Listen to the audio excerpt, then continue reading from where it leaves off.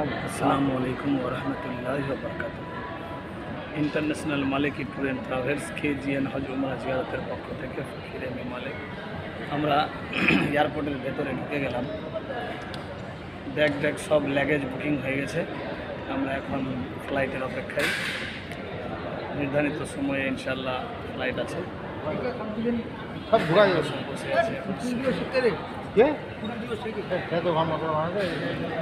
মক্কা এবং মদিনার উদ্দেশ্যে রওনা হয়েছে।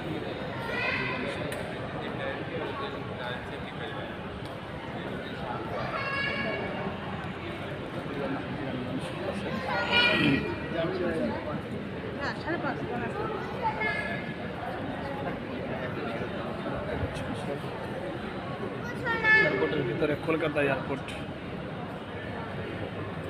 সবাই ভালো থাকেন।